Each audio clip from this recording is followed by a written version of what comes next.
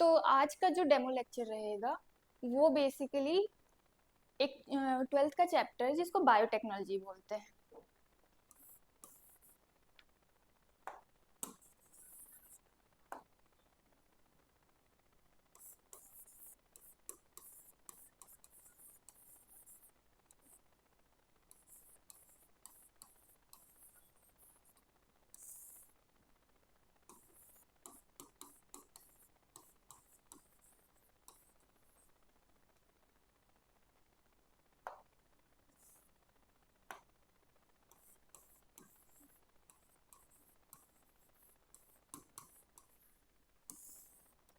आज का मेरा जो लेक्चर रहेगा वो बायोटेक्नोलॉजी एंड इट्स प्रिंसिपल रहेगा। ये बेसिकली बायोटेक्नोलॉजी एंड प्रिंसिपल क्या होता है, 12th का एक चैप्टर है जिसमें हमको एज अ होल बायोटेक्नोलॉजी के बारे में पढ़ना होता है कि क्या होता है क्या है। तो अगर हम लोग नाम से देखते हैं तो बायोटेक्नोलॉजी अगर है क्या, तो यहाँ पर अगर इसको तोड़ते हैं, इस वर्ड को पहले तोड़ेंगे हम लोग। क्या इस बायोटेक्नोलॉजी दो वर्ड से मिलकर बना हुआ है, एक है बायो और दूसरा है टेक्नोलॉजी। बायो का सिंपल अगर हम लोग मतलब जानते हैं तो बायो सिंपली क्या होता है, एज अ लिविंग ऑर्गेनिज्म जो हम लोग ट्रेडिशनली डील करते आते हैं, बायोलॉजी से डिराइव्ड है। ठीक है, तो इसमें क्या होता है, जितने भी लिविंग ऑर्गेनिज्म है उसके बारे में हम लोग डील करते हैं। और इस लिविंग ऑर्गेनिजम्स को अगर हम लोग टेक्नोलॉजी के साथ जोड़ दें तो एज अ होल हम लोग क्या बोलते हैं, बायोटेक्नोलॉजी। अच्छा, इसमें अब क्या है ना कि हम लोग टेक्नोलॉजी वर्ड यूज कर रहे हैं, तो टेक्नोलॉजी बेसिकली क्या होता है, आज हम लोग जो जो टेक्नोलॉजीज देख रहे हैं उसको बायोलॉजी के फील्ड में कैसे यूज करेंगे उसके बारे में ये पूरा प्रोसेस है। और इसके कुछ प्रिंसिपल्स हैं कि कैसे ये काम करता है, क्या है, कैसे आज के एडवांसमेंट में इसका रोल होता है, क्या किस लिए हम लोग यूज करते हैं, क्योंकि इसके काफी एडवांटेजेस है आज की लाइफ में। मॉडर्न डे में बायोटेक्नोलॉजी जो होता है वो अगर देखे तो मेडिसिन में काफी एडवांसमेंट क्रिएट कर रहा है, रिसर्च में काफी एडवांसमेंट उसका है देखने को मिलता है, बहुत सारी चीज। इसका सबसे अच्छा एग्जांपल अगर देखें तो क्या होता है, मेडिसिन, ड्रग्स, ये सारी चीज इसके एग्जांपल्स हैं। एंटीबायोटिक, ये सारे किसके एग्जांपल्स हैं, तो ये बायोटेक्नोलॉजी के एग्जांपल्स हैं। अब बायोटेक्नोलॉजी में जो एनसीईआरटी है उसमें क्या डील करता है, ये चैप्टर ये बताता है कि जो ऑर्गेनिजम्स हैं उसके जो मॉलिक्यूलर लेवल की हम लोग बात करते हैं, मॉलिक्यूलर लेवल, इससे पहले जो चैप्टर्स है जैसे कि मॉलिक्यूलर बेसिस ऑफ ऑर्गेनिजम्स, वो उसमें हम लोग को पता चलता है डीएनए क्या होता है, आरएनए क्या होता है, प्रोटीन क्या होता है, उसका स्ट्रक्चर क्या होता है। तो वहां से जब हम लोग को इसके बारे में सब चीज पता चल जाता है तो हमारे इसके अलावा जो छोटे ऑर्गेनिजम्स होते हैं, बड़े और माइक्रो और मैक्रो ऑर्गेनिजम्स होते हैं, ये सारे उनके डीएनए बेसिस पे हम लोग जाके काम करते हैं।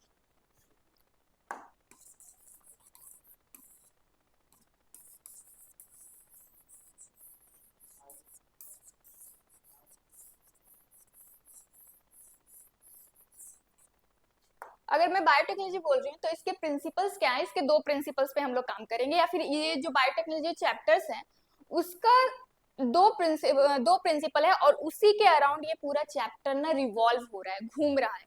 तो इसके प्रिंसिपल्स में हम लोग दो चीजें हम लोग देखेंगे। सबसे पहले एक होता है, सॉरी, बायोटेक्निक,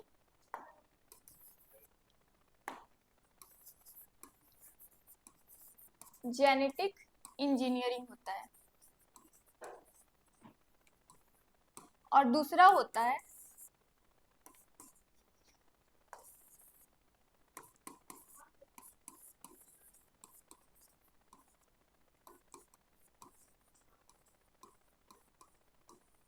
बायोप्रोसेस टेक्नोलॉजी होता है। जेनेटिक इंजीनियरिंग में हम लोग देखेंगे कि हम लोग इसमें क्या होता है ना, इंटीग्रेशन करते हैं टूल्स और टेक्निक्स का, बायोलॉजिकल टूल्स और टेक्निक्स का यूज करके हम लोग यहाँ पर एक इंटीग्रेशन कर रहे हैं। इंटीग्रेशन किसका करेंगे, तो इंटीग्रेशन कर रहे हैं हम लोग किसी भी ऑर्गेनिज्म का, लिविंग ऑर्गेनिज्म का, उसके सेल्स का, उसके अंदर जो प्रोटीन्स है वो, उसके जेनेटिक मटेरियल है वो, उसमें हम लोग जेनेटिक टूल यूज करते हैं, उसको उसमें इंजीनियरिंग करते हैं मॉलिक्यूलर बेसिस में जाके, कि जो मॉलिक्यूल बेसिस, जैसे कि इसका हो जाएगा डीएनए, आरएनए, अगर ये डीएनए, आरएनए, प्रोटीन्स, एंजाइम, ये सारे क्या है, मॉलिक्यूलर बेसिस है किसी भी ऑर्गेनिजम्स के अंदर का। तो ये जो डीएनए, आरएनए, प्रोटीन, एंजाइम, इन लोग के जो जो मॉलिक्यूल है, ये सारे जेनेटिक्स मटेरियल है। जेनेटिक मटेरियल सिंपली एक डीएनए ही है, उसी को बोलते हैं कि वो जेनेटिक मटेरियल है। आरएनए, प्रोटीन, ये सब जेनेटिक मटेरियल नहीं होता है। तो ये इसमें कैसे हम लोग चेंजेस करते हैं और चेंजेस करके एक नया ऑर्गेनिज्म भी कभी कभी बना देते हैं, या फिर उसमें ऑल्ट्रेशन, कुछ सेट ऑफ जीन होते हैं, डीएनए होते हैं, उसमें चेंजेस करके हम लोग बहुत सारे जेनेटिक डिसीज को भी क्योर करते हैं, उसके लिए भी मेडिसिन बनता है।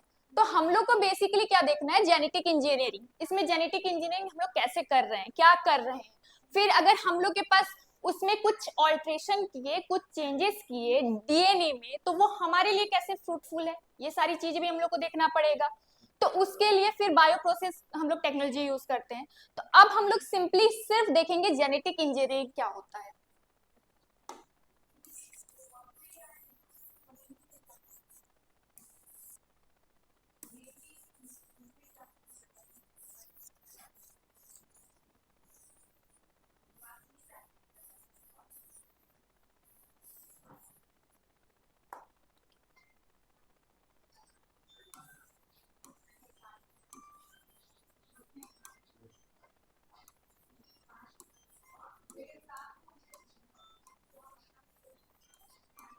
या फिर इस जेनेटिक इंजीनियरिंग को रिकॉम्बिनेंट टेक्नोलॉजी भी बोलते हैं।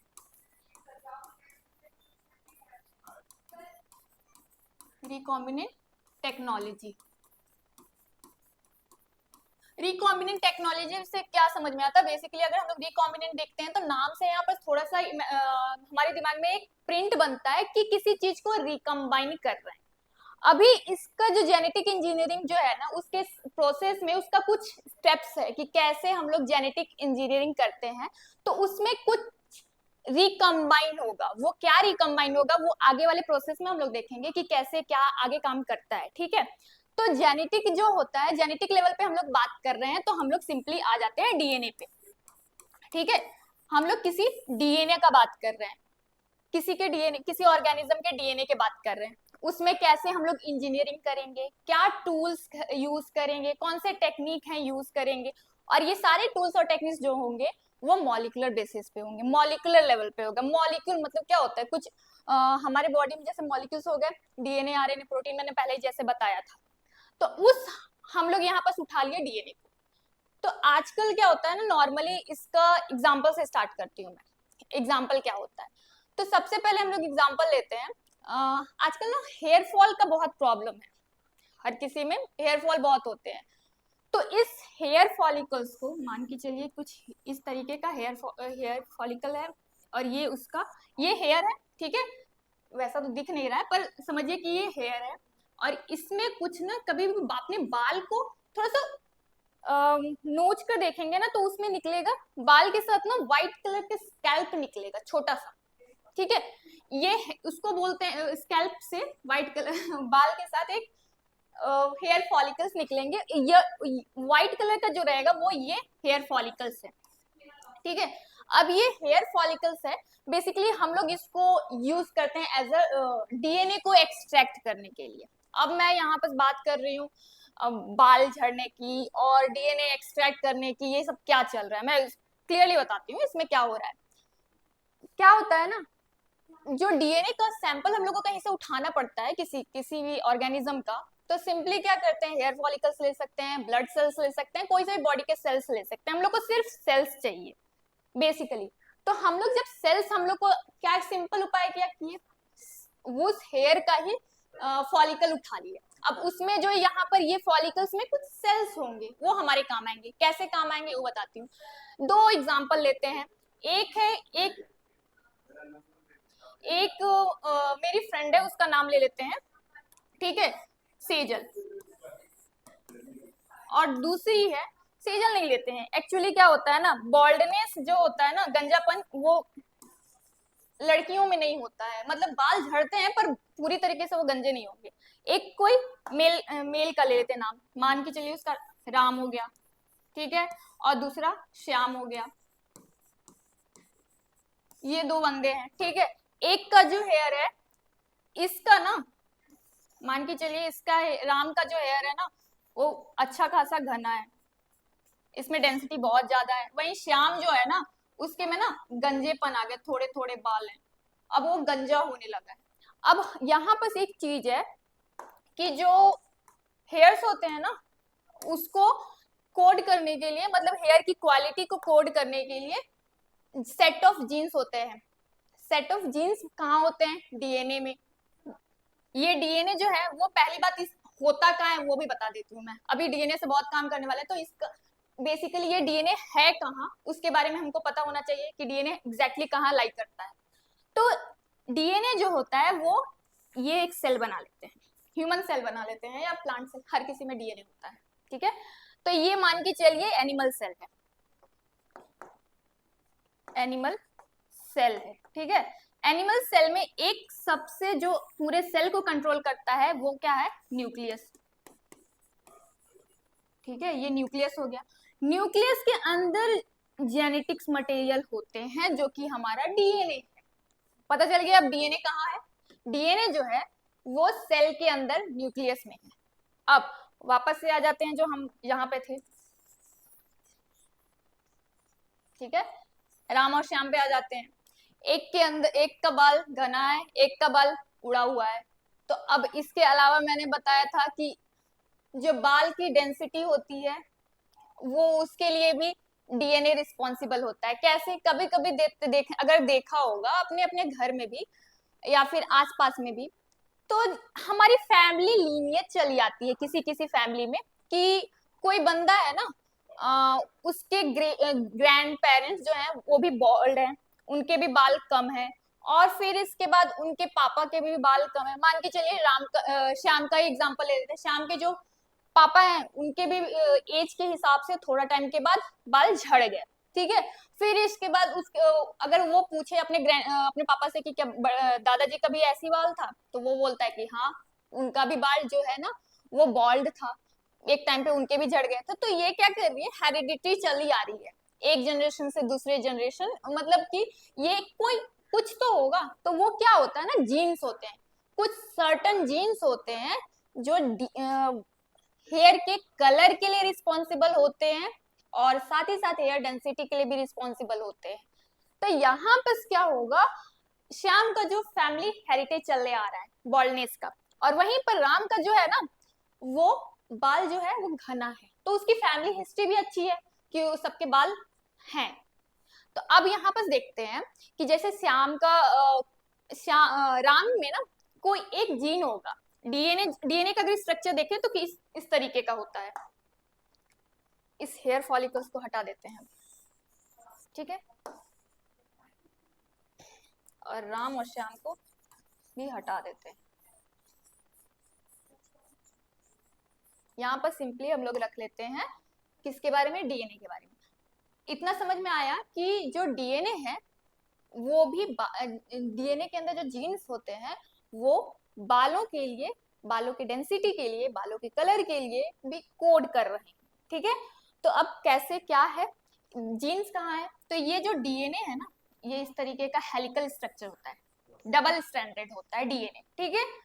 अब डीएनए जो अगर देखें वो काफी कॉइल्ड है, कॉइल्ड स्ट्रक्चर, मैंने डबल हेलिकल कॉइल्ड स्ट्रक्चर बनाया है, कॉइल्ड स्ट्रक्चर है।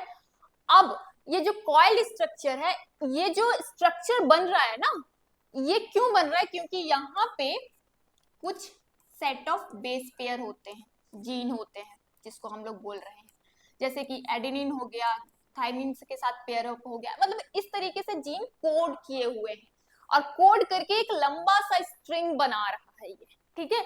और उसी में ये सब सेट ऑफ जीन्स प्रेजेंट है।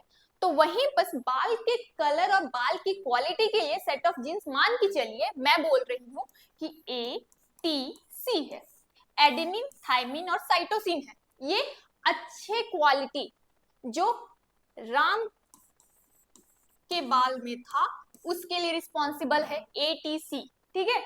अब वहीं पर श्याम जो था, श्याम जो है उसका बाल की क्वालिटी के लिए ना यहाँ दूसरा सेट ऑफ जीन हो सकता है। मान के चलिए ये हो गया ग्वानिन, साइटोसिन, एडेनिन, ये हो गया। ये जो है ना वो पुअर क्वालिटी बॉल्डनेस दे रहा है ये जीन्स, बॉल्डनेस, स्पेलिंग शायद गलत है, चलेगा। ये क्या हो रहा है, यहाँ पर गंजापन आ रहा है, और यहाँ पर जो है ये एक अच्छी क्वालिटी का, गुड क्वालिटी का हेयर हम लोग को मिल रहा है, हेयर मिल रहा है, ठीक है। अब ये जो ATC है ना, इसको हम लोग क्या करेंगे, और GCA को क्या करेंगे, ये अभी काम में आएगा। कैसे काम में आएगा, इतना समझ में आ गया कि जो जीन रिस्पॉन्सिबल है अच्छे के लिए, अच्छे गुड क्वालिटी ऑफ हेयर्स के लिए, वो ATC है, ठीक है। और ये जो था GCA, वो बॉल्डनेस के लिए रिस्पॉन्सिबल था। बेसिकली मैं सिर्फ एग्जाम्पल के तौर पे दे रही हूँ, जरूरी नहीं है कि यही जीन सेट कर रहा होगा वो क्या कहते हैं, यही जीन रिस्पॉन्सिबल होंगे कलर के लिए। मैंने सिर्फ एक मान की झलक कहकर एक एग्जाम्पल लिया है, ठीक है। अब यहाँ पर क्या हो रहा है ना, ये समझ में आ गया कि DNA क्या है, ये समझ में आ गया कि कौन से जीन जो है, मान की कुछ जीन्स होते हैं जो रिस्पॉन्सिबल होते हैं कैरेक्टर्स के लिए। कैरेक्टर, बाल का जो कलर है और क्वालिटी है वो भी तो एक कैरेक्टर ही है ना, यहाँ बेसिकली ये कैरेक्टर के लिए रिस्पॉन्सिबल था, ठीक है, वो जी। अब हम लोग कैसे यूज करेंगे, क्या यूज करेंगे, कैसे क्या काम करेंगे, यहाँ पर सब मान के चलिए हम लोग को एक दवाई बनाना है, ठीक है। अब हम लोग जेनेटिक इंजीनियरिंग पे जा रहे हैं, इंजीनियरिंग कर रहे हैं, वो भी जीन्स के साथ, ठीक है, DNA के साथ। कैसे, उसमें जो जीन को मैनिपुलेशन करेंगे हम लोग, जो सेट ऑफ जीन हम लोग लिए थे उसको मैनिपुलेट करेंगे, कैसे क्या मैनिपुलेट करेंगे वो भी देखेंगे। तो यहाँ पर जो था, राम के लिए जो जीन, बालों के लिए जो जीन था, उसमें क्या चेंजेस लाएंगे, कैसे लाएंगे, क्या होगा वो देखते हैं। अब कैसे जेनेटिक इंजीनियरिंग करेंगे, राम का जो जीन होगा, श्याम का जो जीन होगा, दोनों अपने अपने क्वालिटी के लिए रिस्पॉन्सिबल है, ठीक है। अब हम लोग क्या करेंगे ना, यहाँ पे सबसे पहला काम होगा हम लोग को इन लोग के DNA को फाइंड आउट करना। मतलब कि राम का जो DNA था, हम जैसे कि देखे थे ATC था, ठीक है, ATC ही हम लोग लिए थे। ये हम लोग फाइंड आउट कर लिए कि राम के अंदर जो DNA है, सबसे पहला हम लोग काम क्या किए, आइडेंटिफिकेशन। आइडेंटिफिकेशन क्या किए, सबसे पहले आइडेंटिफाई किए कि कौन सा ऐसा जीन है जो राम के अच्छे गुड क्वालिटी ऑफ हेयर के लिए रिस्पॉन्सिबल है, ठीक है। आइडेंटिफाई कर लिए, कौन सा था, ATC था। अब ये जो फ्रेगमेंट, राम का जो DNA का फ्रेगमेंट है कुछ इस तरीके से है, और ये ATC जो है वो यहाँ पे प्लेस्ड है, ठीक है। हम लोग आइडेंटिफाई कर लिए कि यहाँ पे है। अब इतना आइडेंटिफिकेशन हो गया, ये हमारा एक जीन मिल गया, और इसी को हम लोग क्या बोल सकते हैं, desired set of gene, desired set of gene, क्योंकि 3 जीन है ना, मान के चलिए 3 है, 2 भी हो सकते हैं, और भी हो सकते हैं, 6 भी हो सकते हैं, 5 भी हो सकते हैं, कुछ भी हो सकते हैं, मतलब कुछ भी नहीं, इतने कुछ कुछ सर्टन जीन होते हैं जो रिस्पॉन्सिबल होते हैं कलर के लिए, एक कैरेक्टर के लिए, सॉरी, ठीक है। तो डिजायर्ड सेट ऑफ जीन थे, डिजायर्ड सेट ऑफ जीन हम लोग को मिल गया, आइडेंटिफाई कर लिए। अब आइडेंटिफिकेशन के बाद में हम लोग क्या करेंगे, अब इंजीनियरिंग वाले प्रोसेस स्टार्ट करेंगे। हम लोग सारा DNA लेवल पे काम कर रहे हैं, ठीक है। DNA जो है उस पे आइडेंटिफाई किए, इसको मिटा ही देते हैं, ठीक है, इसको भी मिटा देते हैं, थोड़ा सा जगह मिलेगा, स्पेस।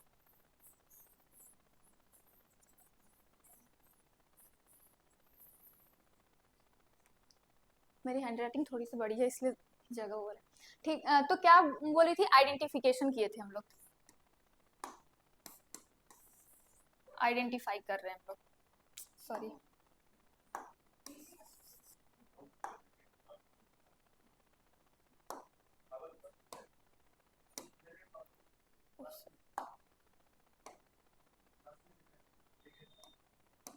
ठीक है, आइडेंटिफिकेशन किए हम लोग जीन का, ठीक है।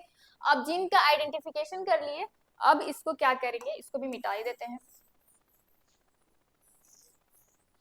पहला स्टेप था, ऊपर में लिख देती हूँ मैं, आइडेंटिफिकेशन, थोड़ा सा इससे इशू हो रहा है, identification, desire set of gene को हम लोग आइडेंटिफाई कर लिए, अब हम लोग को मिल गया। अब इसमें क्या करेंगे, आइडेंटिफिकेशन के बाद अब इस जीन से हम लोग को काम करना है। अब क्या करेंगे ना, तो यहाँ पे हम लोग होस्ट होगा हमारे पास। अब होस्ट क्या होगा उसके बारे में भी हम लोग बात करेंगे। तो सबसे पहले इस जीन को हम लोग डिजायर्ड जीन जो है, हमारे काम का जो जीन है, उसको हम लोग को बाहर निकालना होगा। आइडेंटिफाई कर लिए, अब एक्सट्रैक्ट करेंगे। सेकेंड प्रोसेस क्या हो जाएगा, एक्सट्रैक्शन। एक्सट्रैक्शन ऑफ डीएनए, ठीक है, डिजायर्ड डीएनए लिख सकते हैं यहाँ पे, जो डिजायर्ड डीएनए। पहला हम लोग क्या किए, आइडेंटिफाई किए। आइडेंटिफाई करने के बाद उसको एक्सट्रैक्ट करेंगे। एक्सट्रैक्ट करेंगे किसको, तो जो डिजायर्ड जीन था जिसको हम लोग आइडेंटिफाई किए थे, उसको हम लोग एक्सट्रैक्ट करेंगे। अब इस एक्सट्रैक्शन वाले प्रोसेस में क्या होता है, इसमें क्या क्या चीजें इन्वॉल्व होती हैं वो हम लोग देखेंगे, क्योंकि ये सिर्फ सारी चीजें मॉलिक्यूलर लेवल पे हो रही है, जो कि हमारे आंख से, नेकेड आई से हम लोग इसको नहीं देख सकते। वो हमारे पॉसिबल में नहीं है जब तक हम लोग उसको डीएनए लेवल तक नहीं जा रहे। ठीक है, डीएनए लेवल तक जाएंगे तब जाके हमको उसके बारे में पता चलेगा। ठीक है, अब इसमें क्या हो रहा है, ये निकला, एक्सट्रैक्ट किए। अब एक्सट्रैक्शन कैसे करेंगे, ये एक सबसे बड़ा प्रॉब्लम है। इतना तो समझ में आ गया, हम लोग आइडेंटिफाई कर लिए, डीएनए आइडेंटिफाई कर लिए, एक डिजायर्ड सेट ऑफ डीएनए जो जीन था, जो इसके क्वालिटी ऑफ हेयर्स के लिए रिस्पॉन्सिबल था, उसको वो हमें पता चल गया। तो अब उसको निकालेंगे कैसे बाहर, वो तो डीएनए में है। तो सिंपली क्या करते हैं, डीएनए को पहले डाइजेस्ट करेंगे, ब्रेक डाउन करेंगे।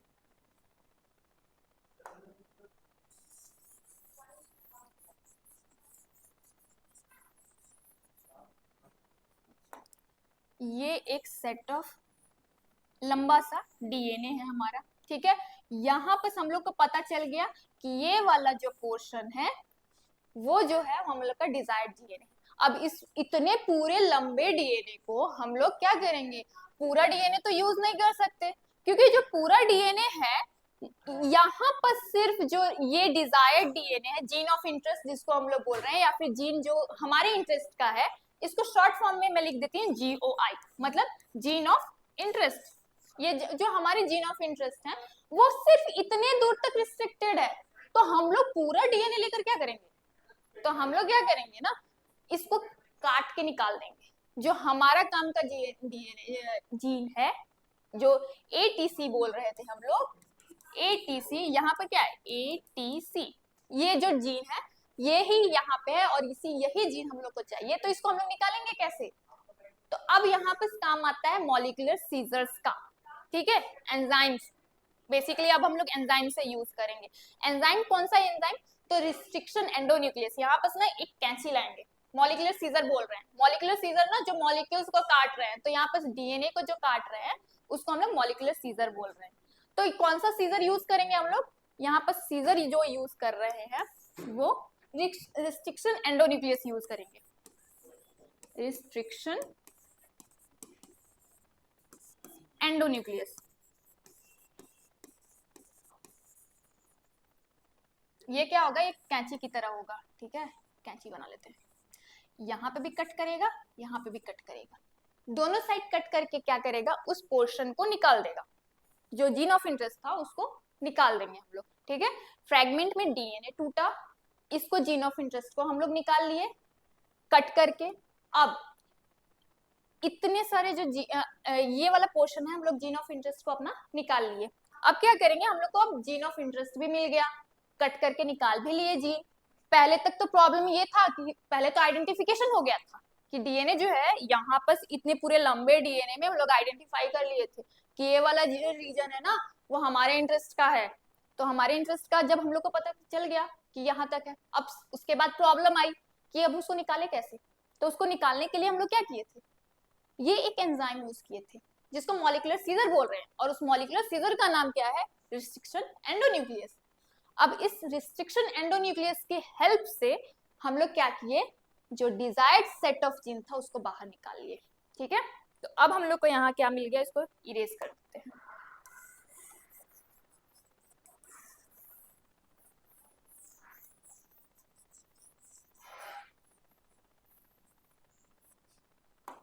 हाँ, अब यहाँ पर क्या हुआ, एक्सट्रैक्शन ऑफ डिजायर्ड डीएनए भी हम लोग को मिल गया, डिजायर्ड डीएनए मिला, सेट ऑफ जीन्स जो थे वो मिल गए। अब यहाँ पर सबसे इंपॉर्टेंट काम आता है कि इसको अब हम लोग जेनेटिक इंजीनियरिंग कैसे करेंगे। सिर्फ अभी कट पेस्ट किए हैं, पेस्ट भी नहीं किए हैं, सिर्फ कट किए हैं। अब यहाँ पर क्या होगा ना, हम लोग एक बैक्टीरिया लेंगे। बैक्टीरिया जो होता है ना, बैक्टीरिया अगर देखें तो सबसे सिंपल ऑर्गेनिज्म होता है, सबसे सिंपल ऑर्गेनिज्म। उसके अंदर एक उसका अपना खुद का क्रोमोसोम होता है, ठीक है, और एक चीज होता है, ये क्या हो गया, क्रोमोसोम, उसका मतलब उसका जेनेटिक मटेरियल बोल देते हैं, जेनेटिक मटेरियल,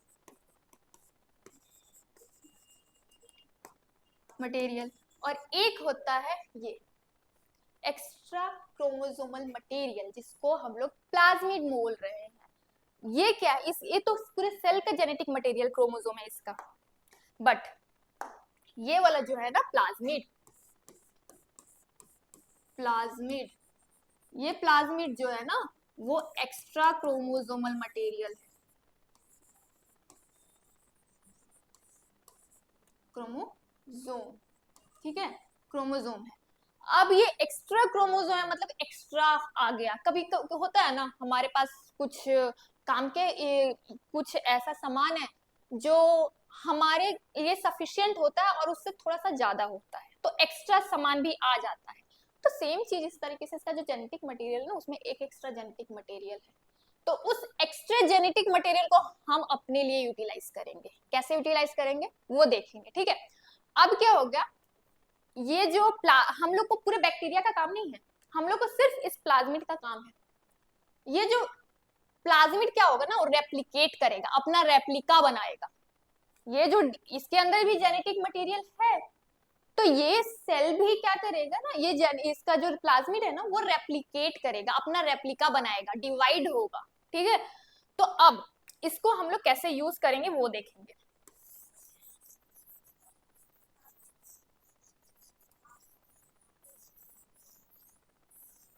इतना सिंपली हमारे पास एक प्लाज्मिड भी आ गया, ठीक है, बैक्टीरियल प्लाज्मिड आ गया। इसको ऐसे करके गोल बना लेते हैं, इस तरीके का हमारे पास एक प्लाज्मिड है जो हम लोग बैक्टीरिया से ले लिए हैं। प्लाज्मिड बैक्टीरिया से एक्सट्रैक्ट कर लिया, निकाल लिया। उसके लिए भी प्रोसेस है, उसको डाइजेस्ट करते हैं, उसके सेल वॉल को, बैक्टीरिया के सेल वॉल का डाइजेस्ट किए, मतलब कि ये पहले बैक्टीरिया में था, ठीक है, तो पहले इसको निकालने के लिए भी प्रोसेस होता होगा। तो इसको क्या किए ना हम लोग, इसके ये जो सेल वॉल है बैक्टीरिया का, जो सेल जिस सेल में रहता है उसको पहले रप्चर किए, डाइजेस्ट किए, इसके बाद इसको निकाल लिए। तो ये हमारा प्लाज्मिड निकल गया यहाँ से, ठीक है, हमारे पास प्लाज्मिड आ गया। अब इस प्लाज्मिड को कैसे यूज करेंगे, सबसे बड़ा प्रॉब्लम है कैसे यूज करना है, तो दूसरा ऑर्गेनिज्म है, और हमारे पास एक था डिजायर्ड सेट ऑफ जीन, ठीक है, ये जो डिजायर्ड सेट था GOI, जीन ऑफ इंटरेस्ट, हमारे जीन ऑफ इंटरेस्ट था, ठीक है, ये हमारे पास है। अब इसको क्या करेंगे ना, इसको यहां से कट किए, जो हमारे पास मॉलिक्यूलर सीजर था, रिस्ट्रिक्शन, इसको रिस्ट्रिक्शन एंडो न्यूक्लियस इस तरीके से लिख देते हैं, ठीक है, रिस्ट्रिक्शन एंडो न्यूक्लियस से कट किए, कट करने के बाद ये हमारे पास निकल गया, ठीक है, ये वाला पोर्शन इस तरीके से, और ये सब टूट गया, बाकी सब भी ऐसे से टूट गया, ठीक है। तो ये वाला जो पोर्शन है इसको हम लोग कट करके निकाल लिए बाहर, जीन ऑफ इंटरेस्ट निकल गया हमारा। अब इस सेट को इस तरीके से बना देते, क्योंकि ये सर्कुलर डीएनए, सर्कुलर प्लाज्मिड है, क्रोमोसोम है, तो इसको भी, ये भी हेलिकल होता है ना, ये भी कॉइल्ड होता है। अब इसको क्या किया ना, इसको इस तरीके से, ये वाला जो जीन होता है ना, इसको हम लोग क्या करेंगे, यहाँ पे भी एक ये सेम एंजाइम जो हमारे पास है रिस्ट्रिक्शन एंडोन्यूक्लियस, इसको यूज करेंगे और यहाँ पे एक कट लगा देंगे और इस पोर्शन को यहाँ से निकाल देंगे, बाहर निकाल देंगे। जैसे ये पोर्शन निकल जाएगा उतना स्पेस हमारे लिए बच गया ना, तो क्या करेंगे, सिंपली ये जो कटा हुआ जो ये पोर्शन था हमारे पास जीन ऑफ इंटरेस्ट, हमारे जीन ऑफ इंटरेस्ट जो basically good quality of hair के लिए रिस्पॉन्सिबल था, उसको उठाएंगे और यहाँ पे प्लेस कर देंगे, जोड़ देंगे, कट किए वहां से, अब यहाँ पेस्ट कर देंगे। ये यहाँ पे प्रोसेस होगा, कट और पेस्ट करेंगे तो ये कुछ इस तरीके से दिखेगा। इसको थोड़ा सा मिटा के देते हैं, अच्छे से थोड़ा सा साफ तरीके से बना देते हैं। ये मेरे पास प्लाज्मिड था, ठीक है, और ये मेरे पास डीएनए था जो मेरे को चाहिए था, डिजायर्ड डीएनए था, जीन था, या फिर जीन ऑफ इंटरेस्ट बोलिए, हमारे इंटरेस्ट का जीन। इसको क्या करेंगे, यहाँ पे लगा देंगे। थोड़ा सा इस तरीके का इसलिए बना दे रही हूँ ना, क्योंकि पता चलेगा ये वाला रीजन जो है ना रिकम्बाइन किए हैं, यहाँ से उठाकर यहाँ पर इसके साथ कंबाइन कर दिए। तो ये जब कंबाइन होने के बाद जो प्लाज्मिड होता है ना, इसको रिकम्बाइंड डीएनए बोल रहे हैं हम लोग। क्या बोलेंगे, रिकॉम्बिनेंट डीएनए, रिकॉम्बिनेंट डीएनए, ठीक है। ये क्या हो गया, हमारा रिकॉम्बिनेंट डीएनए हो गया। अब ये रिकॉम्बिनेंट डीएनए को हम लोग यूज करेंगे, और यही रिकॉम्बिनेंट डीएनए जो होगा ना, यही जीन ऑफ इंटरेस्ट जो था, सिंपली ये हमारे लिए रिस्पॉन्सिबल था, किसके लिए, गुड क्वालिटी ऑफ एयर के लिए। यही पूरा जो डीएनए है, ये जो प्लाज्मिड का डीएनए है, ठीक है, जिसको रिकम्बाइंड डीएनए हम लोग बोल रहे हैं, रिकॉम्बिनेंट डीएनए, यही डीएनए जो था ना, वो हमारे लिए एक अच्छा बाल देगा, गुड क्वालिटी ऑफ हेयर होगा, और बॉल्डनेस से हमको बचाएगा, ठीक है। तो इसको अब क्या करना पड़ेगा, अब ये तो सिर्फ एक ही है ना, हम लोग को एक बड़े स्केल पे प्रोसेस करना है। बड़ा स्केल मतलब कि नॉर्मली हम लोग को ऐसे हम लोग तो इसको इंडस्ट्रियल लेवल के लिए यूज कर रहे थे, मतलब या फिर मान के चलिए हम लोग तो खुद के लिए भी वो कर रहे थे कि एक राम था एक श्याम था, वो अपने बालों के लिए, इलाज के लिए क्या किए, यहाँ पर एक जेनेटिक इंजीनियरिंग कर दिए उसके लिए। तो सिंपली यहाँ पर क्या किए, अब देखिए ये एक छोटे लेवल पे हो गया, हम लोग को एक समझ में आ गया कि जो जीन है हमारा रिकॉम्बिनेंट जीन, यही जो होगा ये हमारे लिए रिस्पॉन्सिबल होगा, रिकॉम्बिनेंट डीएनए, जो हमको अच्छा क्वालिटी ऑफ हेयर दे सकता है, ठीक है। अब हम लोग जेनेटिक लेवल पर जाकर बात कर रहे हैं सारी चीजें। तो अब यहाँ पर क्या होगा,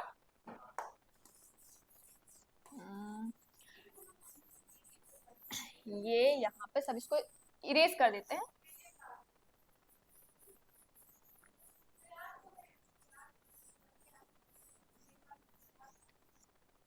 हाँ, अब क्या किए थे हम लोग, हमारे पास एक रिकॉम्बिनेंट डीएनए मिल गया।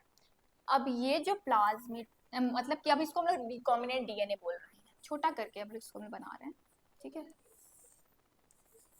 ये रिकॉम्बिनेंट डीएनए, आरडीएनए इसको बोल सकते हैं हम लोग, शॉर्ट फॉर्म में इसको आरडीएनए बोलते हैं, आरडीएनए, ठीक है।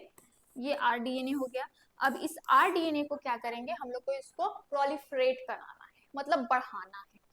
अब बढ़ाना भी है, उसके साथ साथ हम लोग को देखना है कि ये जो जीन है कितना viable, viable in the sense कि अगर हम लोग इस जीन को बना लिए, रिकॉम्बिनेंट डीएनए को बना लिए, तो ये रिकॉम्बिनेंट डीएनए जो है ना कितना आगे तक जाएगा, एक क्या एक ही जनरेशन के लिए यूजफुल होगा, या फिर अगले लॉन्ग लास्टिंग, मतलब लॉन्ग लास्टिंग तो नहीं बोल सकते, मतलब कुछ जनरेशन के लिए हेल्पफुल होगा, क्यों नहीं, कि नहीं, क्योंकि जो डीएनए है ना वो हेरिडिटी होता है, एक जनरेशन से दूसरे जनरेशन पास ऑन होता है।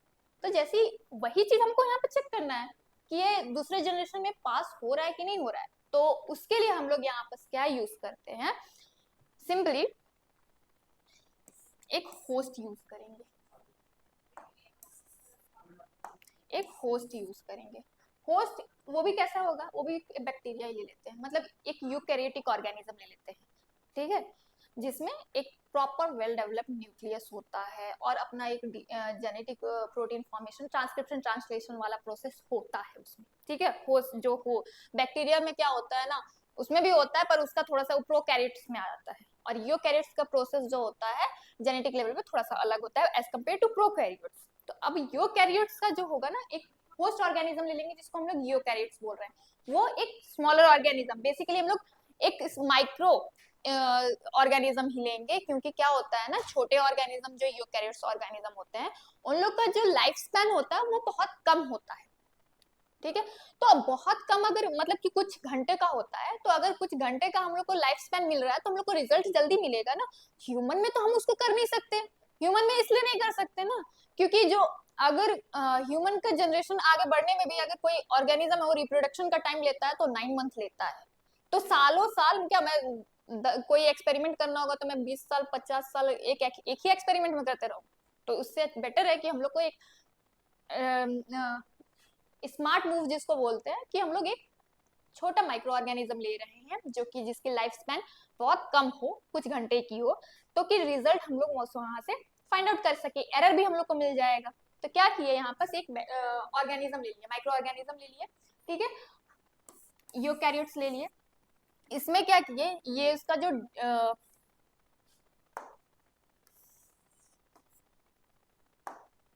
ये प्लाज्मिड जो है ना उसमें इंटीग्रेट कर दिए, ठीक है, इंटीग्रेट कर दिए, ये पहले से इंटीग्रेट था, इसमें होस्ट में डाल दिए, उसको होस्ट में डाल दिए। तो ये जो यूकैरियोट था, यूकैरियोटिक ऑर्गेनिज्म था, ये यूकैरियोटिक ऑर्गेनिज्म है, इसमें इसके अंदर भी तो खुद का जेनेटिक मटेरियल होगा, वो भी रेप्लिकेट करेगा।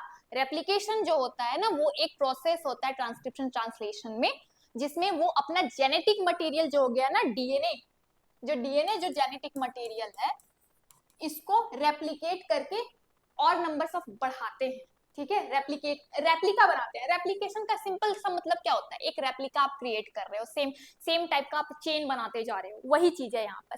तो यहाँ पर सिंपली क्या होता है, इसका जो जेनेटिक मटेरियल है वो भी रेप्लिकेट कर रहा होगा इसमें, ठीक है, इसका खुद का जेनेटिक मटेरियल। और ये तो हम लोग रिकॉम्बिनेंट डीएनए इसमें इंट्रोड्यूस किए थे, डाले थे। अब ये पता चल गया हम लोग को, अब क्या होगा ना, ये यूकैरियोटिक ऑर्गेनिज्म जो है ये रिप्रोड्यूस करेगा। तो ये सिंपल अभी एक सेल है, ये जब डिवाइड होगा तो ये 2 सेल में कन्वर्ट हो जाएगा, मतलब 2 सेल में डिवाइड होगा, अपना जेनेटिक मटेरियल भी उसका खुद का होगा, ठीक है, वो मतलब उसका जो जेनेटिक मटेरियल है, और साथ ही साथ ये भी रेप्लिकेट करेगा। तो ये जो हम लोग को अब यहाँ पर देखना है कि ये जो इसमें इस ऑर्गेनिज्म में हम लोग यूकैरियोट में डाले हैं, क्या ये नेक्स्ट जनरेशन तक पास ऑन हो रहा है कि नहीं हो रहा है, वाइबिलिटी को हम लोग को चेक करना था इसकी, कि ये जो सेट ऑफ जीन जो हम लोग डाले थे, जो रिकॉम्बिनेंट डीएनए जो था जो इसमें इंट्रोड्यूस किए थे, वो नेक्स्ट जनरेशन तक पास ऑन हो रहा है कि नहीं हो रहा है, वो हम लोग को फाइंड आउट करना था। तो ट्रांसफॉर्म ये सेल जो है वो ट्रांसफॉर्म हुआ कि नहीं हुआ, उसमें कुछ चेंजेस आए कि नहीं चेंजेस आए, इसमें जो हम लोग ये प्लाज्मिड आरडीएनए को डाले थे, ट्रांसफर किए थे, तो उसके वजह से ट्रांसफॉर्मेशन आया कि नहीं आया, कि वो नन ट्रांसफॉर्म हुआ, ट्रांसफॉर्मेशन उसमें गया ही नहीं, ठीक है। तो यहाँ पर क्या हुआ ना, मान के चलिए ये जो जीन है, सॉरी ये जो सेल है, यूकैरियोटिक सेल जो था, ये डिवाइड किया तो इसमें ट्रांसफॉर्मेशन हुआ, ठीक है, ये प्रोसेस हो गया, थोड़ा सा समझ में आएगा, मैं ना डस्टर खोजती हूँ थोड़ा आदत के हिसाब से। तो यहाँ पे ये क्या हो जाएगा, ये तो यूकैरियोटिक सेल है, यूकैरियोटिक सेल है, इतना पता चल गया। अब ये जो यहाँ पर क्या हुआ था, ट्रांसफॉर्मेशन हुआ था, ठीक है, ट्रांसफॉर्मेशन वाला प्रोसेस हुआ था, ट्रांसफॉर्मेशन, ठीक है, ट्रांसफॉर्मेशन हुआ। ये जो ट्रांसफॉर्मेशन हुआ उसमें ये अपना सेल तो रेप्लिकेट किया ही किया होगा, साथ ही साथ हमको ये चेक करना है कि ये आगे ये जो रिकॉम्बिनेंट डीएनए है ना उसको ट्रांसफॉर्म किया कि नहीं किया। तो मान के चलिए ये एक था, एक में आ गया आरडीएनए आ गया, और एक में आया ही नहीं, उसका खुद का वो था, खुद का अपना का डीएनए जो रेप्लिकेट हुआ, दूसरा नहीं आया, ये जो था ये ट्रांसफॉर्म्ड हो गया, इसको हम लोग क्या बोलेंगे अब, ट्रांसफॉर्म्ड सेल, ट्रांसफॉर्म्ड सेल, और साथ ही साथ रिकॉम्बिनेंट ट्रांसफॉर्म, इस तरीके से लिखेंगे, रिकॉम्बिनेंट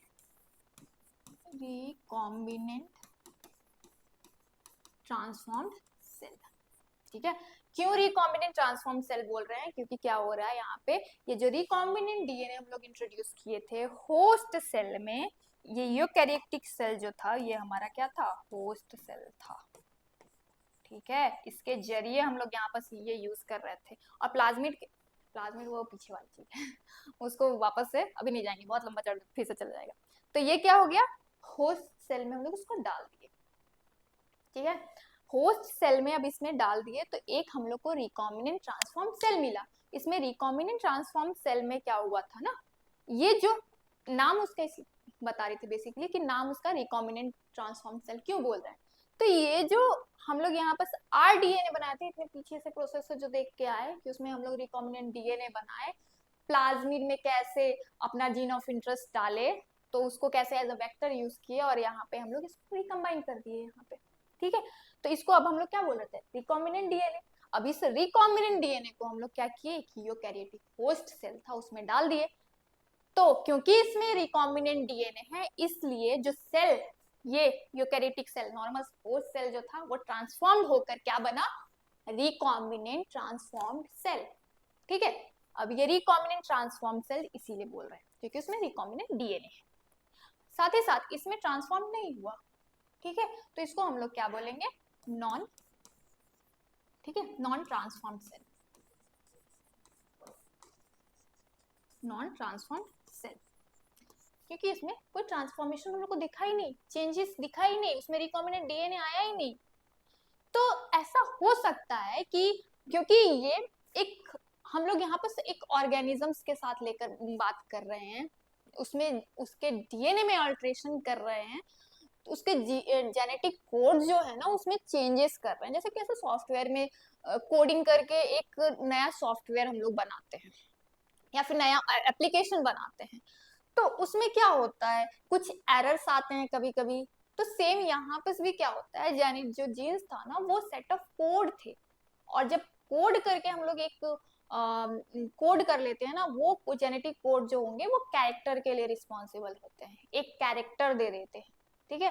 तो एक कैरेक्टर जब दे रहे हैं, सेम सेम वे में इसको एप्लीकेशन से रिलेट कर सकते हैं कि जेनेटिक कोड करके हम लोग क्या करते हैं, एक एप्लीकेशन बना लेते हैं। तो सेम यहाँ पर जो जीन्स था ना उसको हम लोग जेनेटिक कोड था डीएनए में जो, वो कोड जो होते हैं कुछ कोड वो एक सेट ऑफ कैरेक्टर दे देते हैं, सेट ऑफ नहीं मतलब कुछ कैरेक्टर्स देते हैं, हर जो जीन्स होते हैं कुछ सेट ऑफ जीन जो होंगे वो कुछ कैरेक्टर्स के लिए रिस्पॉन्सिबल होंगे। तो यहाँ पर भी क्या हुआ कि जो डीएनए हम लोग इंट्रोड्यूस किए थे रिकॉम्बिनेंट डीएनए वो एक में ट्रांसफॉर्म्ड हो गया पर दूसरे में ट्रांसफॉर्म नहीं हुआ, ठीक है। तो अब दूसरे में ट्रांसफॉर्म नहीं हुआ तो अब वो हमारे लिए आगे काम का नहीं है, पर हमारे लिए आगे काम का ये है क्योंकि ये ट्रांसफॉर्म हुआ। अब ये जो ट्रांसफॉर्म सेल होगा ये भी तो अपने में डिवाइड करेगा, दो नया सेल बनाएगा, तो टोटल यहाँ पर क्या हो रहा है, ये अपना डिवाइड होते जा रहा है, अपना सेल बनाते जा रहा है, और ये जो होगा ये भी अपना डिवाइड होके दो सेल बनाएगा। पर इसमें तो रिकॉम्बिनेंट आपका ट्रांसफॉर्म सेल है ही नहीं, तो इसमें कोई ये हमारे यूज का नहीं है, ये हमारे यूज का है। अब हम लोग इसको इससे काम करेंगे। तो इतना से समझ में आया कि हमारे काम का क्या मिल गया, ट्रांसफॉर्म सेल। आइडेंटिफिकेशन हम लोग देखे थे, डिजायर्ड सेट ऑफ जीन को आइडेंटिफाई किए, एक्सट्रैक्ट किए, एक्सट्रैक्ट करने के बाद उसको हम लोग रिकम्बाइन रिकॉम्बिनेंट डीएनए बनाए। तो इसको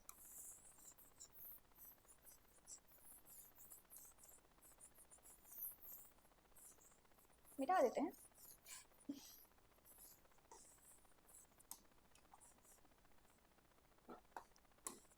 मिट नहीं रहा है।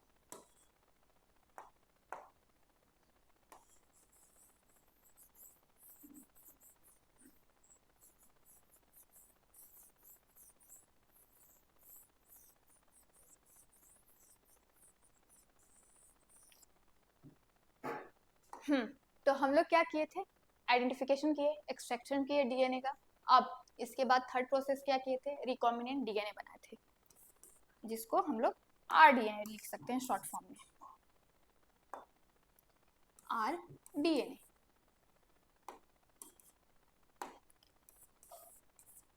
ये क्या था हमारा, रिकॉम्बिनेंट डीएनए। जैसे हमारा रिकॉम्बिनेंट डीएनए बन गया, डीएनए को हम लोग फिर क्या किए, ट्रांसफॉर्म कर दिए, तो हम लोग को रिकॉम्बिनेंट क्या मिला, रिकॉम्बिनेंट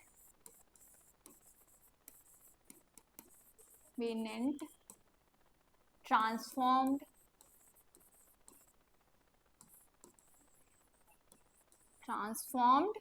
सेल, ठीक है, रिकॉम्बिनेंट ट्रांसफॉर्म्ड सेल। अब रिकॉम्बिनेंट ट्रांसफॉर्म सेल था, ये सारा जेनेटिक इंजीनियरिंग में आ रहा है, ठीक है। अब यहाँ पर हम लोग को एक सेल मिल गया, एक ऐसा सेल मिला जिसके अंदर हमारा डिजायर जीन ऑफ इंटरेस्ट था, हमारे इंटरेस्ट का जीन था, जो कि हम लोग स्टार्ट ही किए थे गोल्ड क्वालिटी ऑफ हेयर का जीन लिए थे, ठीक है, हमको वो चाहिए था, तो उसके लिए हम लोग एक सेल बना लिए। अब इसको हम लोग एज अब इंसान के कैसे यूज आएगा, मतलब वो श्याम के कैसे यूज आएगा, क्योंकि उसके में तो बॉल्डनेस है। अब ये क्या जो सेल था उसको खा लेगा, क्योंकि रिकॉम्बिनेंट ट्रांसफॉर्म सेल तक ही हम लोग अभी तक पहुंचे हैं, ये सेल तो हमारे लिए अभी भी यूजफुल नहीं है, मतलब कि पूरे तैयार नहीं है। तो अब इसको क्या करेंगे हम लोग, तैयार नहीं है तो अब इसको तैयार करेंगे, कैसे क्या करेंगे। अब इसका क्या काम है ना, इसको सिंपली एक हमारे यूजेबल फॉर्म में लाना है, तो उसके लिए हम लोग करते हैं डाउन स्ट्रीमिंग प्रोसेस, जो कि बायो प्रोसेस बोलते हैं। ये जो रिकॉम्बिनेंट ट्रांसफॉर्म्ड सेल था, ये हम लोग एक होस्ट सेल लिए थे, उसमें रिकम्बाइन किए थे।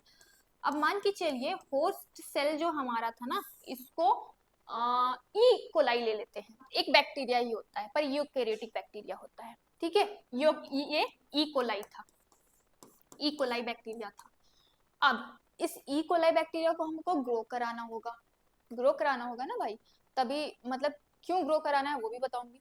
तो अब इस ई कोलाई बैक्टीरिया को हम लोग ग्रो कराएंगे, तो ग्रो कराने के लिए उसके लिए एक स्टेराइल मीडियम चाहिए होता है। स्टेराइल मीडियम क्या होता है ना, कंटामिनेशन फ्री, ये सारे बायोलॉजिकल टर्म्स है, तो थोड़ा सा जो इस बैकग्राउंड से नहीं है तो उसके लिए डिफिकल्ट होगा, पर जैसे जैसे हम लोग चैप्टर्स पढ़ते जाते हैं ना तो पता चलते जाता है। स्टेराइल कंडीशन जो होता है ना, उसमें कोई बैक्टीरिया प्रेजेंट नहीं होना चाहिए, कंटामिनेशन, जो कि ये जो हमारा रिकॉम्बिनेंट ट्रांसफॉर्म्ड सेल है ना, उसको कोई कंटामिनेट ना कर सके, खराब ना कर सके। कोई ऑर्गेनिज्म हो सकता है, कुछ एनवायरमेंट हो सकता है, कुछ गंदगी हो सकता है, कुछ भी हो सकता है जो इसके लिए हार्मफुल है, वैसे चीजों को हम लोग क्या करेंगे ना, हटा देंगे। एक इन्वायरमेंट को एक ऐसा क्लीन इन्वायरमेंट बनाएंगे जो सिर्फ वहां पे इकोलाई ग्रो करेगा। मैंने थोड़ा सा वर्ड पहले बोला था कि एक स्टेराइल कंडीशन हम लोग बनाएंगे, स्टेराइल कंडीशन बनाएंगे तो वहां पे कोई बैक्टीरियल ग्रोथ नहीं होना चाहिए, पर ये तो खुद में एक बैक्टीरिया है, ये तो खुद में एक बैक्टीरिया है और मैं बोल रही हूँ कि बैक्टीरियल ग्रोथ नहीं चाहिए।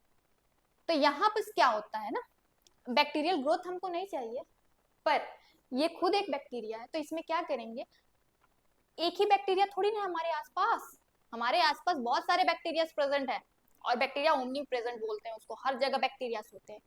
तो हम लोग क्या करेंगे, एक बैक्टीरिया फ्री एनवायरमेंट क्रिएट करेंगे, ठीक है।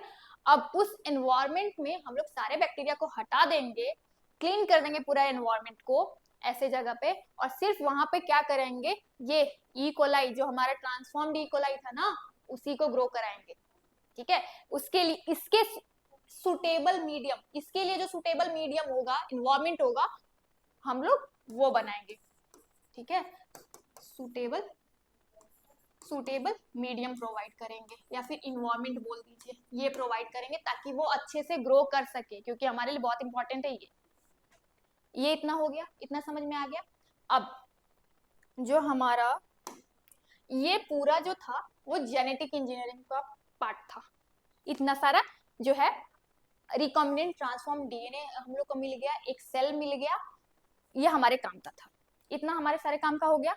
अब इसका बायोटेक्नोलॉजी का दूसरा जो प्रोसेस होता है, ये अभी बहुत डीप चीजें हैं, इस पे पूरा एक चैप्टर बेस्ड है, मैं सिर्फ ओवरव्यू दी हूँ यहाँ की कि ऐसे भी होते हैं, क्योंकि ये जो चैप्टर है ना वो एक क्लास में कभी खत्म नहीं हो सकता है, तो मैं सिंपल सिर्फ ओवरव्यू दी हूँ इस चैप्टर का।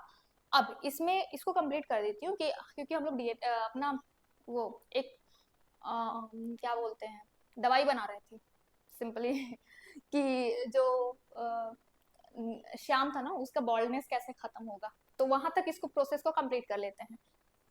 तो इसमें इसको इरेज कर देते हैं।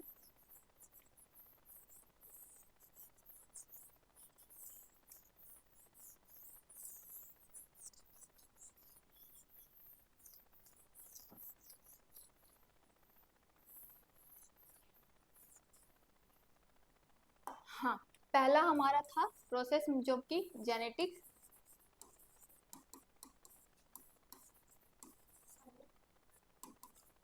स्पेलिंग देख, जेनेटिक इंजीनियरिंग, ठीक है, इंजीनियरिंग था, या फिर रिकॉम्बिनेंट टेक्नोलॉजी जिसको बोलेंगे, इसको रिकॉम्बिनेंट टेक्नोलॉजी ही लिख लेते हैं, क्योंकि लास्ट में लोग रिकम्बाइन किए थे, दोनों ही बोलते हैं, रिकॉम्बिनेंट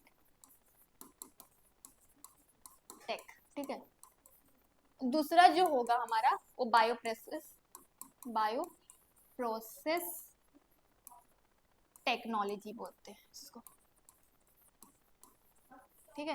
ये बायो प्रोसेस टेक्नोलॉजी, अब ये तो हम लोग रिकॉम्बिनेंट टेक्नोलॉजी देख लिए, क्या किए कैसे किए, उसमें एक रिकॉम्बिनेंट डीएनए बनाए, फिर रिकॉम्बिनेंट ट्रांसफॉर्म्ड ऑर्गेनिज्म बनाए, ठीक है। अब यहाँ पर बायो प्रोसेस टेक्नोलॉजी में देखते हैं। तो बायो प्रोसेस टेक्नोलॉजी में सिंपली क्या था, अभी जैसे मैं बताई कि रिकॉम्बिनेंट सेल, ट्रांसफॉर्म सेल हम लोग बनाए थे, वो सेल को अब हम लोग को इंडस्ट्रियल लेवल तक ले जाना है, मतलब दवाई बनाना है एक, ठीक है। अभी अभी हमारे पास सिर्फ सेल के फॉर्म में है, सेल के फॉर्म में कंज्यूम नहीं कर सकते हम लोग, तो उसको क्या करेंगे, एक किस में कन्वर्ट कर देंगे, एक हमारे यूजेबल फॉर्म में कन्वर्ट कर सकते हैं, एक इंजेक्शन में कन्वर्ट कर सकते हैं, एक ड्रग्स में कन्वर्ट कर सकते हैं, टैबलेट के फॉर्म में कन्वर्ट कर सकते हैं, ठीक है।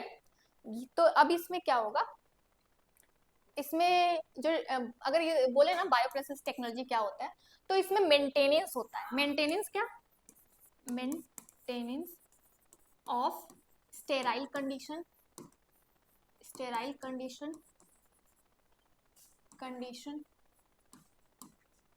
ठीक है, स्टेराइल कंडीशन, जिसमें हम लोग स्टेराइल कंडीशन को मेंटेन करेंगे, सिर्फ हमारे डिजायरेबल जो सेल था ई कोलाई जिसको होस्ट सेल बोल रहे थे, वो हमारा डिजायर्ड सेल जो है सिर्फ वही ग्रो करे, इरिस्पेक्टिव ऑफ अदर जो एक्स्ट्रा बैक्टीरिया जो इन्वायरमेंट में प्रेजेंट होते हैं उसके कंपैरिजन में, ठीक है।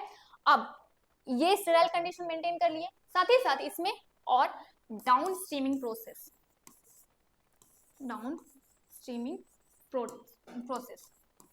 होता है। डाउन स्ट्रीमिंग प्रोसेस में क्या होता है ना, ये जो स्टेराइल कंडीशन है ना, उसको इंडस्ट्रियल मतलब कि जो सेल था ना, उसको बड़े बड़े लार्ज लेवल पे एक हम लोग एक यूजेबल फॉर्म में कन्वर्ट करते हैं, जो मैं अभी बताई कि ड्रग्स के फॉर्म में, वो कोई भी हो सकता है, एक इंजेक्शन के फॉर्म में या फिर टैबलेट के फॉर्म में जो कंज्यूम किया जा सकता है इजीली, उसके फॉर्म में हम लोग कन्वर्ट करेंगे। तो जैसे वो प्रोसेस में हम लोग कन्वर्ट कर देते हैं, जो कि एक फार्मास्यूटिकल कंपनीज में होता है, हम लोग को एक एक्सपेरिमेंट मिल गया कि इस तरीके से ये सारे प्रोसेस होते हैं, अब हम लोग को सेल मिल गया, अब उसको सिर्फ रेप्लिकेट कराना है, ठीक है, रेप्लिकेट रिकम्बिनेंट डीएनए बनाना है, अब उसको बड़े स्तर पे बनाना है, तो बड़े स्तर पे ये बायो प्रोसेस टेक्नोलॉजी के थ्रू होता है। तो मान के चलिए उसको हम लोग अब कन्वर्ट कर दिए उस सेल को एक टैबलेट के फॉर्म में, अब ये जो टैबलेट है ना, इंडस्ट्री क्या में चेंज कर दिया उसको टैबलेट के फॉर्म में, टैबलेट के फॉर्म में। अब ये जो टैबलेट है इसको हम लोग उठा लेते हैं, इसको मिटाओ, अब हम लोग राम श्याम में चल जाते हैं। हाँ, टैबलेट मिल गया, ये जो दवाई है वो गुड क्वालिटी ऑफ हेयर के लिए रिस्पॉन्सिबल है, तो जो श्याम जो था ना, जिसको बॉल्डनेस की शिकायत थी, प्रॉब्लम थी, उसके बाल बॉल्ड हो चुके हैं, मतलब ज्यादा एज नहीं था बेचारे का, फिर भी उसका बाल गंजा हो गया था, तो टैबलेट मिल गया।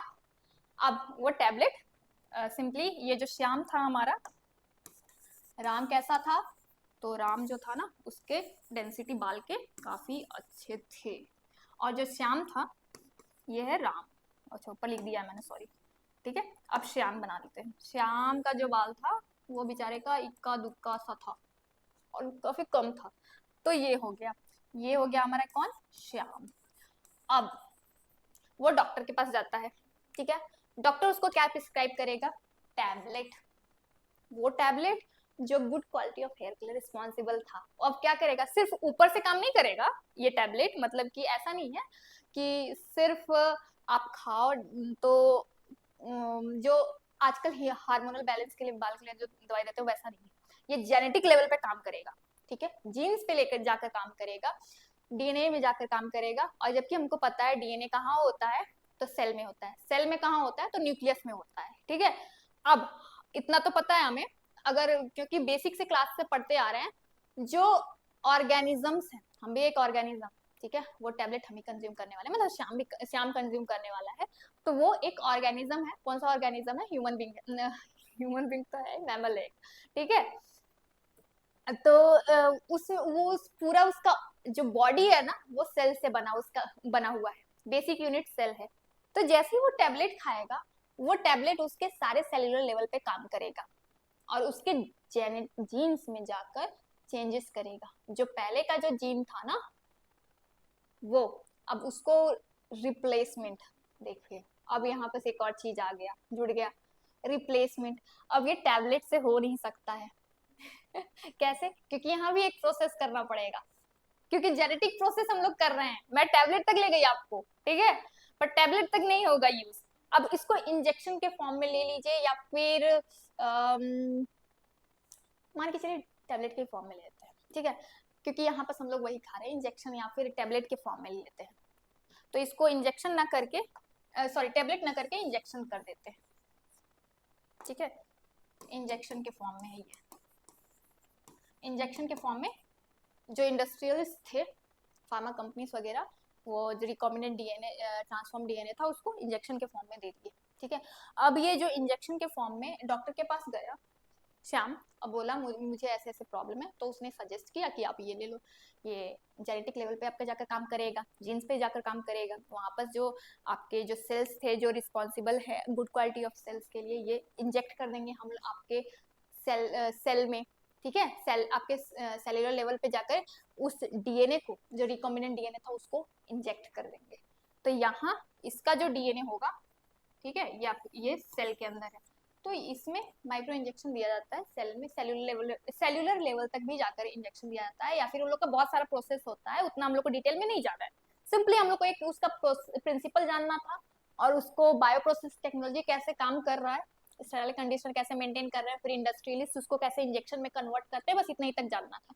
पर मैंने एक स्टोरी से स्टार्ट किया था कि श्याम जो है उसको बॉल्डनेस की प्रॉब्लम है, तो उसको वो डॉक्टर के पास गया तो उसको सजेस्ट किया गया था ये इंजेक्शन, जो जेनेटिक लेवल पे काम करता है। तो डॉक्टर यहाँ पर उसका इलाज करेंगे, उसके जीन्स में चेंजेस करेंगे, उसके जेनेटिक लेवल में जाकर उसमें जो रिस्पॉन्सिबल है वो वाला जीन यहाँ पर इंजेक्ट करेंगे।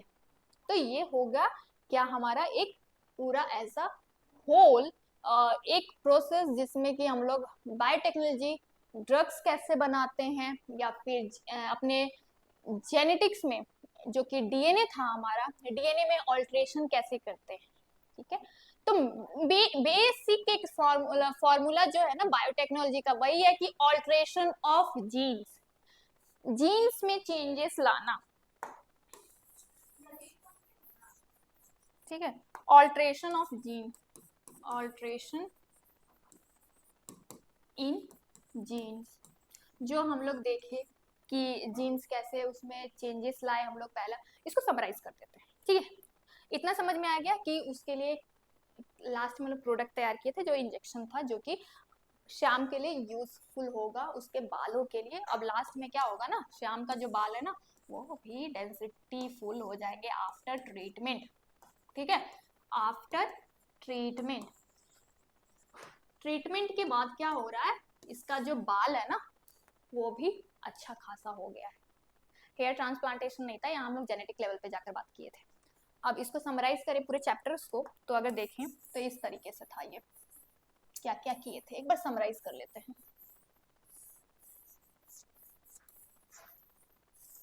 एक पूरे क्लास में हम लोग क्या देखे, कैसे क्या हुआ, एक समराइज कर देते हैं सिंपली कि क्या क्या देखे हैं। स्टार्ट किए थे हम लोग रामश्याम से। रामश्याम में क्या किए थे, जो राम का डीएनए था वो काफी गुड क्वालिटी ऑफ था, तो वो पर्टिकुलर सेट ऑफ जीन को हम लोग निकाले जो कि बालों के लिए रिस्पॉन्सिबल होता है। तो क्या किए, पहला स्टेप क्या था, एक्सट्रैक्शन, एक्सट्रैक्शन ऑफ जीन, ठीक है, जीन ऑफ इंटरेस्ट, जो हमारे इंटरेस्ट का था, पहले आइडेंटिफाई किए। जैसे आइडेंटिफिकेशन हुआ, आइडेंटिफाई करने के बाद अब उस जीन को निकालना था, तो उस जीन के निकालने के लिए हम लोग उसमें उसको पहले कट किए, कट करने के लिए रिस्ट्रिक्शन एंडोन्यूक्लियस लिया है, कट करने के बाद अब उसको हम लोग को पेस्ट करना था, मतलब पेस्ट करना था दूसरे ऑर्गेनिज्म में, दूसरे सेल में। तो हम लोग एक बैक्टीरिया लिए, जिसमें बैक्टीरिया में एक सेल था, जिसका खुद का क्रोमोसोम हम लोग नहीं यूज किए, मतलब उसमें एक्स्ट्रा जो क्रोमोसोम था ना, नॉर्मल जो क्रोमोसोम था उसका, उसके अलावा जो क्रोमोसोम था एक्स्ट्रा क्रोमोसोम जिसको बोल रहे हैं, उसको हम लोग वहां पे यूज किए थे। उसको जैसे ही निकाले, अब जो क्या था एक्सट्रैक्शन के बाद उसको हम लोग लाइगेट कर दिए। लाइगेट शायद मैं बताई थी, याद नहीं आ रहा है, पर लाइगेशन जो था ना, ये मान के चलिए ये क्या था, ये प्लाज्मिड था। प्लाज्मिड में जो हम लोग ये जो डीएनए था, हम लोग डिजायर्ड डीएनए, इसको वापस वहां से लाए थे और इसको चिपकाना भी तो था, पेस्ट करना था ना, तो इसको पेस्ट किससे किए थे, तो इसको पेस्ट किए थे, एक एंजाइम था हमारा जिसको लाइगेस एंजाइम बोलते हैं, ठीक है। इस लाइगेस एंजाइम से हम लोग इसको पेस्ट किए थे। तो यहाँ एक्सट्रैक्शन के क्या बात किए हम लोग, उसको रिकॉम्बिनेंट, यहाँ पर रिकॉम्बिनेंट डीएनए बनाए थे। तो क्योंकि यहाँ पर ये जो जीन ऑफ इंटरेस्ट हमारा था, ये क्या था, जीओआई, जीओआई को हम लोग क्या किए, यहाँ पर पेस्ट किए। तो ये जीओआई को पेस्ट किए तो ये क्या प्लाज्मिड क्या में कन्वर्ट हो गया था, आरडीएनए में, ठीक है। अब ये क्या हो गया, आरडीएनए हम लोग यहाँ पे बना लिए, ये बन गया आरडीएनए हमारा। जैसे ही आरडीएनए बन गया, अब इसको क्या किए हम लोग, किसी होस्ट ऑर्गेनिज्म में डाल दिए, क्योंकि यही जो जीन है, जीन ऑफ इंटरेस्ट, यही हमारे लिए रिस्पॉन्सिबल होगा दवाई बनाने के लिए, इंजेक्शन बनाने के लिए। तो अब ये आरडीएनए को हम लोग क्या किए, रिकॉम्बिनेंट डीएनए को होस्ट सेल में ट्रांसफॉर्म कर दिए। तो वो क्या बन गया था, ट्रांसफॉर्म रिकॉम्बिनेंट ट्रांसफॉर्म सेल। ये क्या था, रिकॉम्बिनेंट